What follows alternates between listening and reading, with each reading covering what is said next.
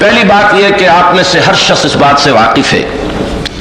کہ میں معروف معنی میں سیاسی آدمی نہیں ہوں۔ میں نے دو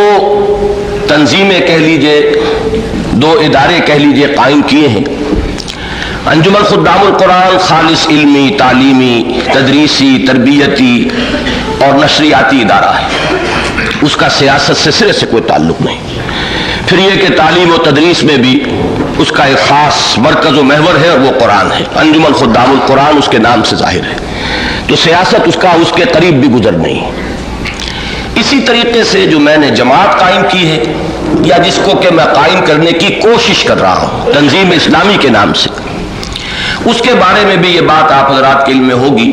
نہ ہو تو میں اس وقت عرض کر رہا ہوں کہ یہ ہم نے طے کیا ہوا ہے کہ کبھی انتخابات کا رخ نہیں کریں گے۔ اور یہ میں اس لیے خاص طور پر کہہ رہا ہوں کہ جو میں نے معروف سیاسی معنی، جو معروف معنی ہے لفظ سیاست کے، کیونکہ میں نے اس کا ذکر کیا تھا، اگرچہ میرے نزدیک سیاست ایک بڑی وسیع حقیقت ہے،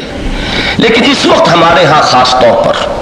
سیاست کے ایک ہی معنی ہو گئے اور وہ ہے انتخاب میں حصہ لینا۔ اور یہ وہ حصہ ہے سیاست کا کہ جس کو میں نے اپنے لیے ذاتی طور پر اور اپنی تنظیم اسلامی کے لیے اجتماعی طور پر شجر ممنوعہ قرار دیا ہے، ادھر ہمیں رخ کرنا ہی نہیں۔ یہ گویا کہ تفصیل ہے اس بات کی کہ میں معروف معنی میں نہ میں سیاسی آدمی ہوں، نہ میری جماعت سیاسی جماعت ہے۔ البتہ یہ کہ میرے نزدیک کوئی باشعور مسلمان خالص غیر سیاسی نہیں ہو سکتا، اس لیے کہ اسلام دین ہے اور سیاست اس کا ایک جز ہے، دین کے تابع ہے سیاست اسلام کی۔ لہذا جو مسلمان دین کا تصور رکھتا ہو، اگر تو اس کا تصور جو ہے وہ مذہب کا تصور ہے، وہ صرف ریچولز اور عبادات اور مراسم عبودیت اور کچھ سمبلز اور شعائر، بس ان کو اس نے سمجھا ہے کہ اسلام ان سے عبارت ہے، تب تو بات دوسری ہے۔ لیکن جس شخص نے بھی اسلام کو دین سمجھا ہے، ظاہر بات ہے کہ وہ ہرگز اس کے لیے ممکن نہیں ہے کہ وہ خالص غیر سیاسی انسان ہو سکے۔ اس کے ضمن میں خاص طور پر علامہ اقبال کا وہ شعر بھی میرے ذہن میں آیا کہ جدا ہو دین سیاست سے تو رہ جاتی ہے چنگیزی، اور خاص طور پر جس کا میں ذکر کرنا چاہتا ہوں ایک حدیث نبوی ہے علی صاحب الصلاۃ والسلام کہ حضور نے فرمایا کانت بنو اسرائیل تسوسہم الانبیاء، بنی اسرائیل کی سیاست انبیاء کے ہاتھ میں تھی، تو جو چیز انبیاء کے ہاتھوں میں رہی ہو، جو ان کا عمل رہی ہو، ظاہر بات ہے کہ اس کو کسی بھی درجے میں اپنی فہرست سے خارج کر دینا کسی باشعور مسلمان کے لیے ممکن نہیں۔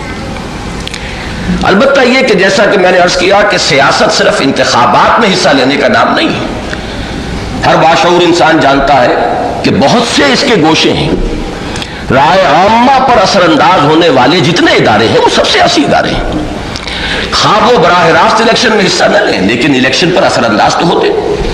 سب سے بڑا منظم ادارہ ہمارے ہاں صحافت کا ادارہ ہے، یہ سیاست کا ایک بہت بڑا بازو ہے، بہت اہم ہے، فیصلہ کن ہے،